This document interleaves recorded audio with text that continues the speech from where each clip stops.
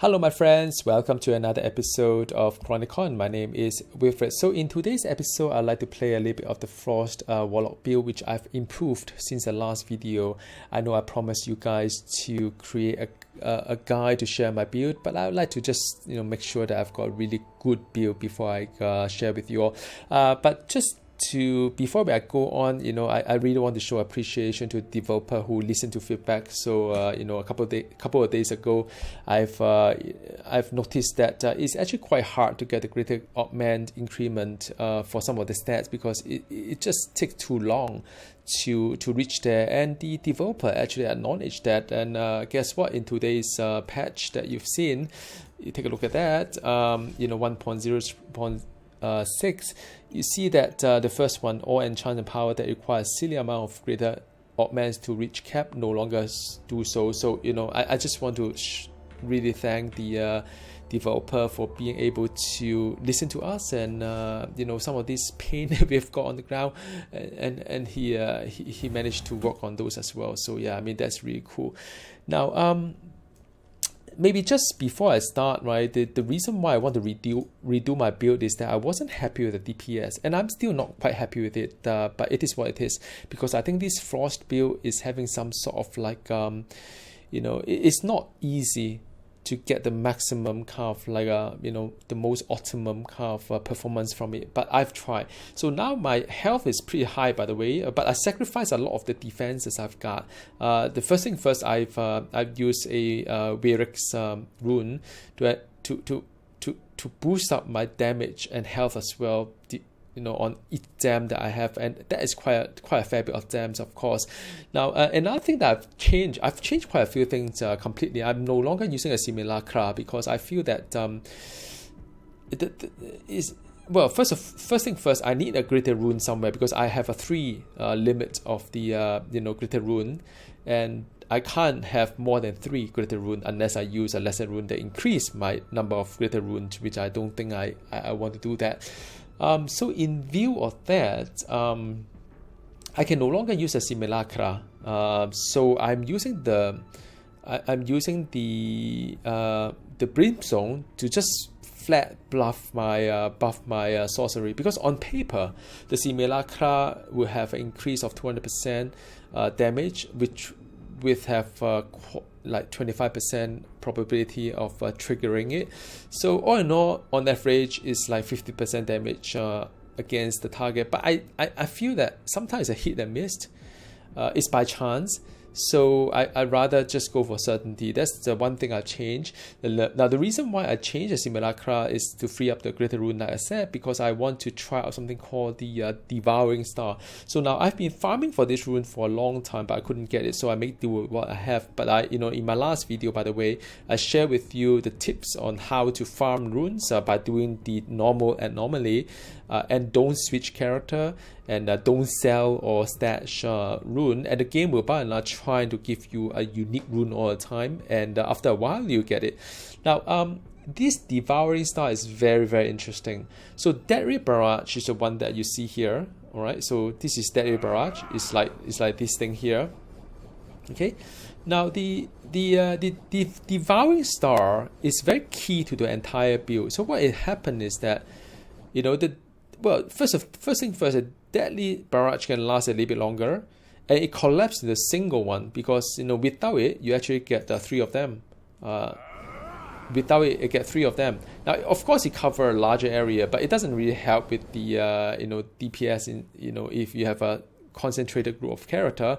So the first thing first is that it collapses all the 3 stars into one, and then the second thing is that the new star periodically absorbs any frigid star within 4 meters, refresh its own duration, and gain 200% of the absorbed spells damage. Now it is a multiplier, and it's quite a big deal. So what happens is that you can do this one here, and then you can use a frigid star to make it a stronger star.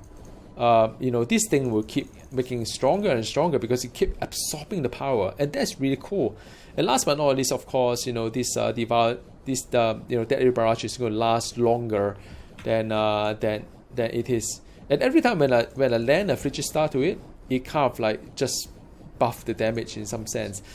Now, this gameplay require a little bit of strategy, because you can't just spam your because I used to just spam my Frigid Star as well as a Deadly Barrage on the whole map, but you can't do it anymore, because if you have one that is in front here, and if you have another one that's nearby, right, you can never buff this guy, because you are close to this guy, because all my Frigid Star will be absorbed by the first one.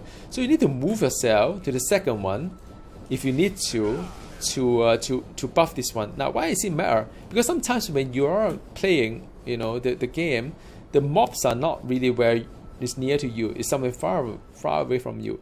So you need to somehow move and adapt to it. And I find it very, very interesting gameplay. So now, enough talking. Now, this build I've got, although it's not as fast as the Fire build or Demon Lord build I've done, check out that guy as well. That one's super fast, and I suppose you'll get nerfed one of these days.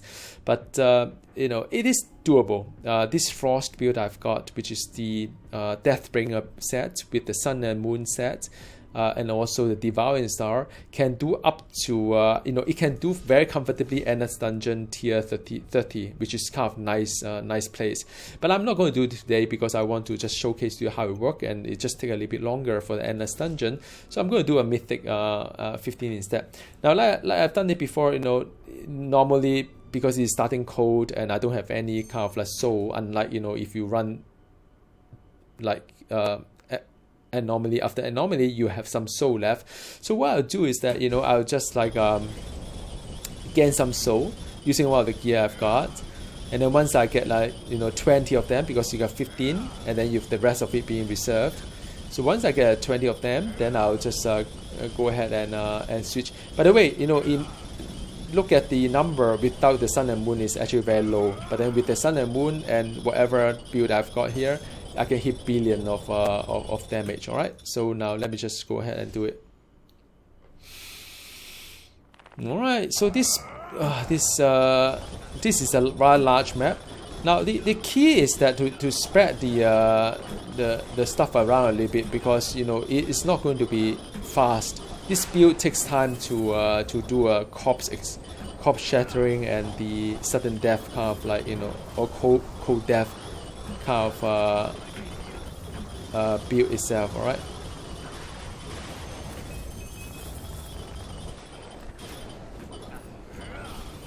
So it's a bit of thinking, like where is the cold star? I mean the devouring star supposed to be, and that is that is a fun part of the game.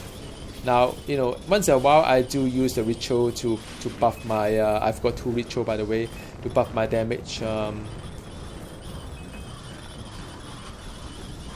Like now I use the soul kind of like a ritual whereby I sacrifice a soul and to make myself more powerful incrementally. Now of course you have to make sure that you can farm the soul back, because otherwise you just lack of the DPS and the health and so on.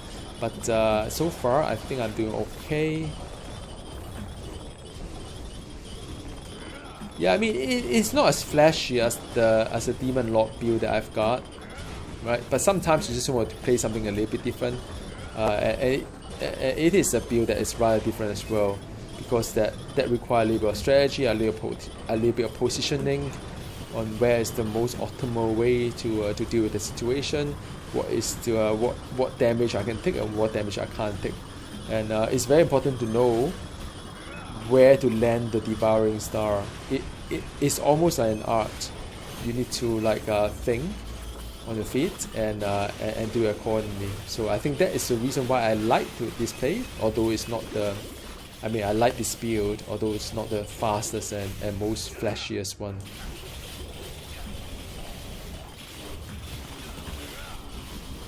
Now this is a very good opportunity for me to do Corpse Shatter as well, because I can spread all the cold death kind of debuff, and you can see there are billions of damage as I do that.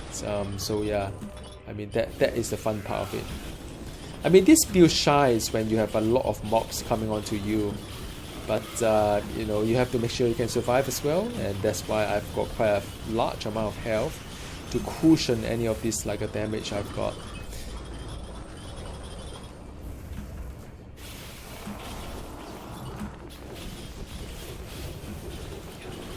Yep, it's a lot of damage coming, but I've got a really healthy shield to withstand some of this like damage, incoming damage.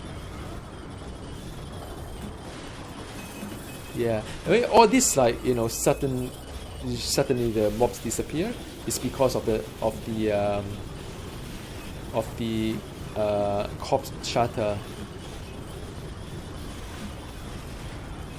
And this is a very good situation to get a lot of like mobs down at the same time. I'm trying to get to like 15 soul before I move on to the next one. Yep, which is the 15 soul. I'm going towards the second anomaly. Yeah, this is one of the really large map, by the way.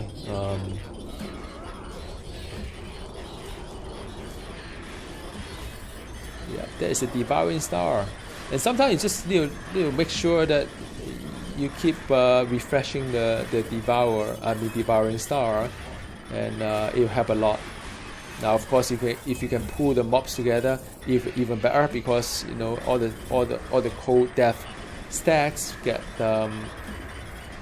distributed to the rest of the mob once the mob kind of been shattered.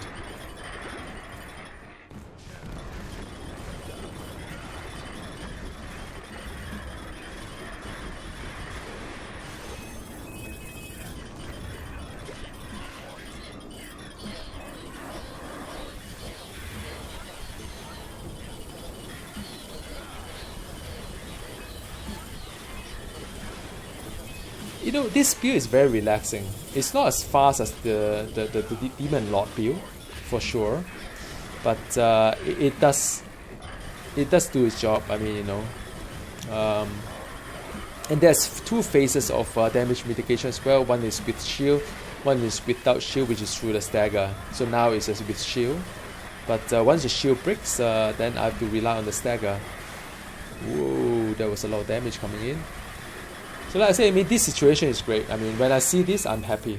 It's just so many of them to deal with, all the crop shatter and so on and so forth.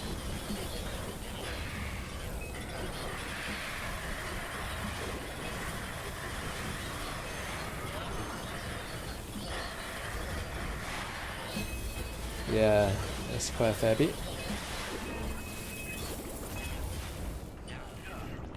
I mean, as you can see, the damage is rather okay. It's just that I think the problem with this build is that it doesn't hit as much and as fast as the rest of the build I've tried.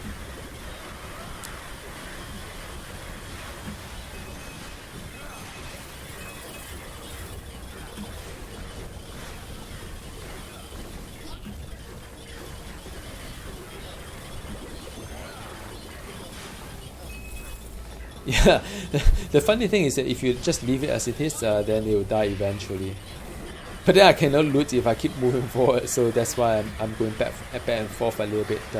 But yeah, I mean, if loot is not something that you're after, it's actually rather relaxing. So you just need to keep doing some kind of AOE around the area, let times to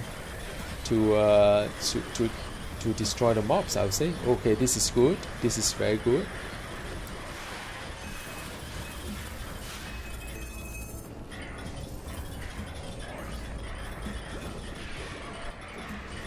Yep, that's it.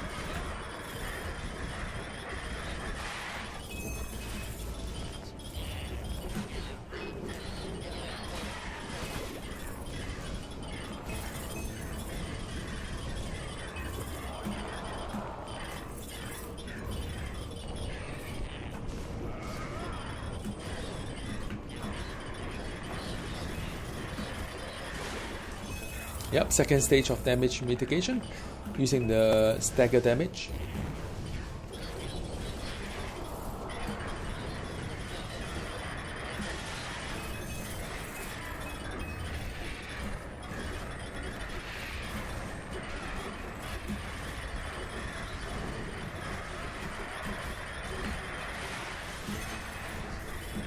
Yeah, I have to be careful a little bit. I was a little bit enthusiastic. But I mean, if you are careful, and right now I'm just playing it lazy, but if you are careful, you can avoid quite a lot of damage. I've done the tier 30 before with this XSM build, with XSM gear, and it's very, very doable. It just takes a little bit longer time, that's all.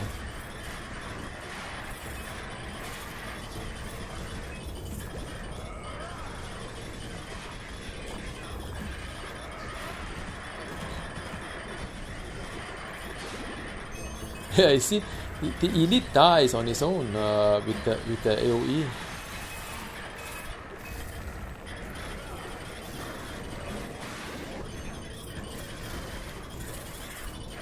Almost there. Well, it's one of those large maps, by the way. I mean, you know, it does take a long time because sometimes if you get a map that's nice, you don't have to spend so much time playing. But at the end of the day, I mean, it's about loot, it's about XP and so on, so I'm not really complaining too much. It's either I'm playing this game or another game anyway. Doesn't make a difference.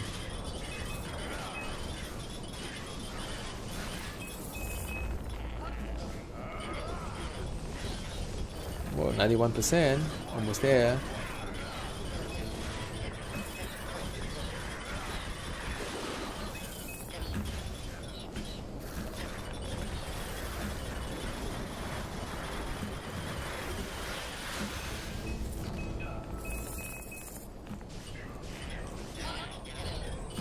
Yeah, you have to observe which one is the star that you want to devour. I mean, yeah, I like this build a lot though, although it's not the strongest one. Unfortunately, I wish it was strong, but yeah, I think I do what I can with this build. Now is the third one.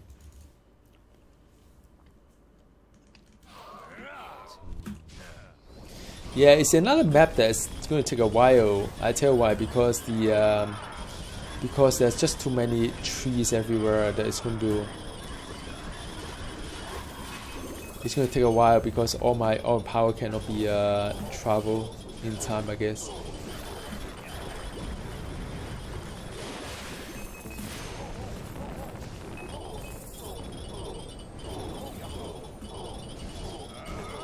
Almost like a day of World of Warcraft, by the way, when I'm trying to, like, you know, chain all the mobs together.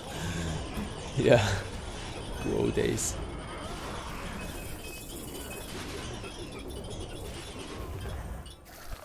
Okay, so this one is tough.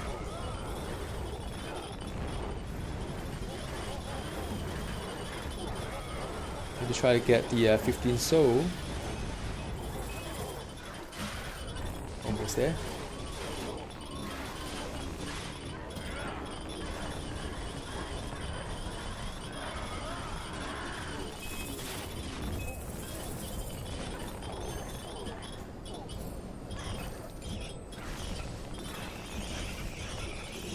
Again, grouping as many mobs as possible.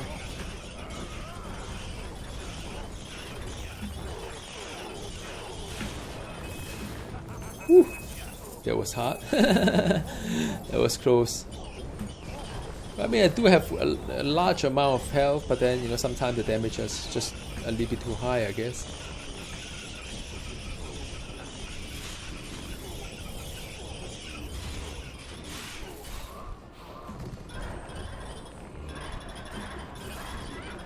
Yeah, I'm trying to group the mobs together.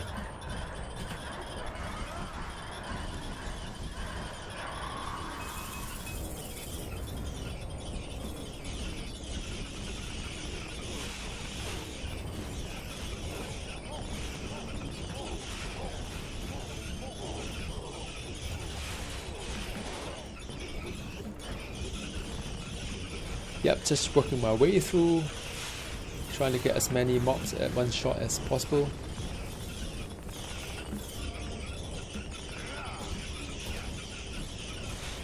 Yep, there you go. Woo! Yep, there you go. It's just a matter of just getting the count, I guess.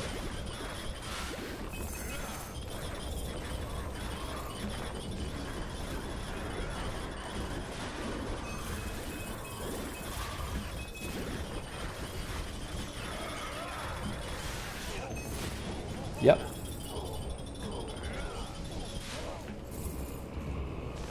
Zombies. A lot more.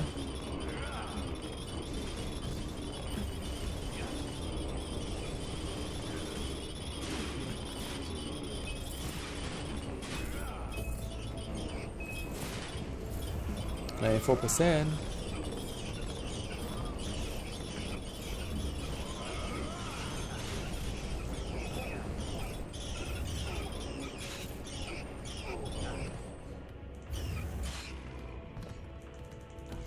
Yeah, I'm trying to get more count.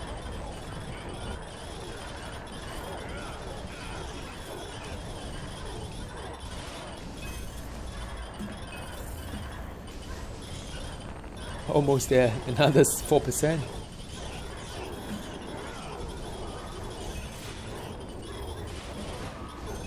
Okay, let's go.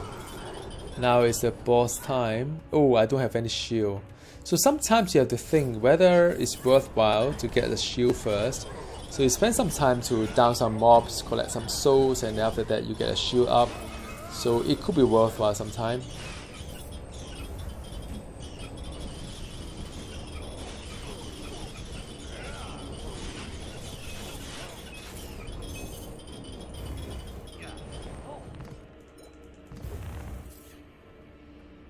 Okay, boss time. This is not going to be as fast as the Demon Lord set, but it's still effective, I would say.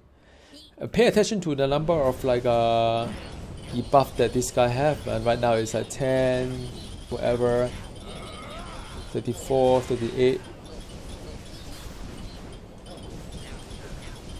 100, 200, 300 coming up.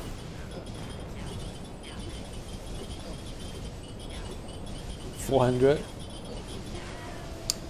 So look, I mean, you know, the I've put it in the forum as well. You know, I wasn't sure if it is really intended or bug, because if with 400% of 400% of the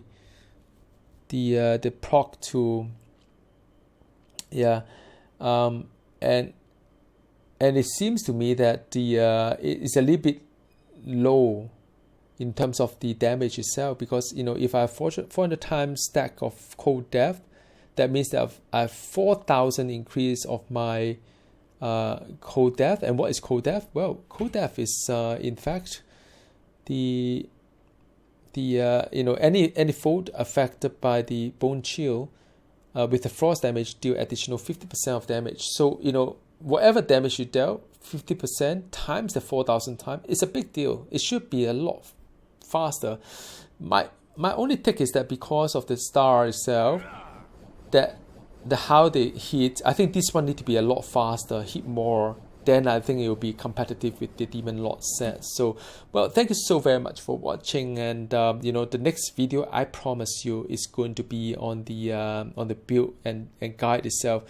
Do check out the link at the pin comment or description of my video to check out other stuff that I've got in this channel as well. Well, thank you so very much for watching. I'll talk to you again soon. Goodbye.